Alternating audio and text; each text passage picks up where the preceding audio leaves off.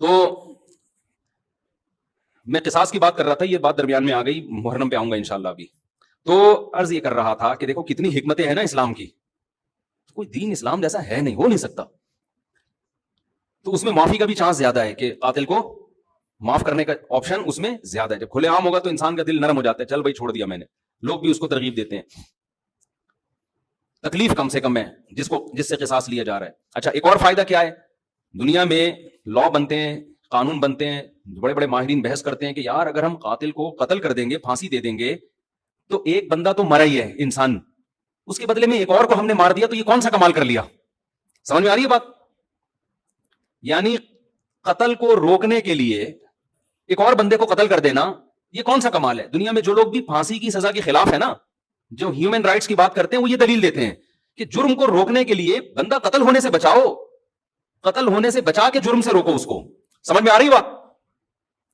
بھائی زید نے بکر کو قتل کیا، اب دنیا کے ماہرین کہتے ہیں بکر ایک انسان ہے نا، دنیا سے چلا گیا، مزید دنیا سے انسان نہ جائیں اس کے لیے انسان ہی کو ختم کر دینا، یہ کون سی لاجک ہے؟ تو زید کو ہم قتل نہیں کریں گے، پنشمنٹ ہوگی، سزا ہوگی تاکہ وہ قتل سے بچ جائے، ورنہ بندہ مارنے کے لیے بندہ ہی مار دینا، یہ ایسے جیسے غربت ختم کرنے کے لیے غریبوں کو ختم کر دینا. غربت ختم کرنے کے طریقے سارے غریبوں کو کنٹینر میں بند کر کے ہم سے اڑا دو، غربت کیا ہو جائے گی؟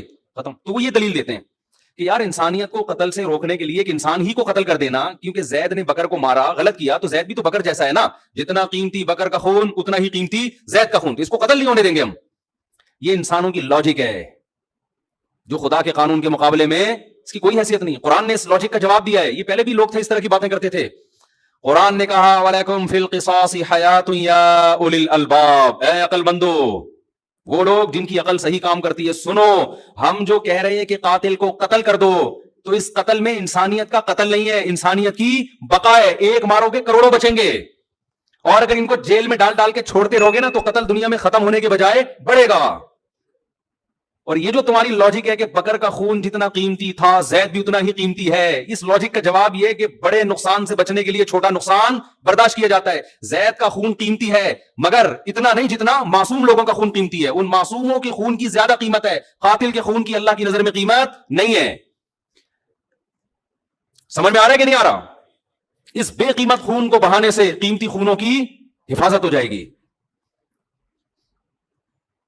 تو اللہ نے ایک نظام بنایا ہے، جو میں اصل بات عرض کر رہا تھا.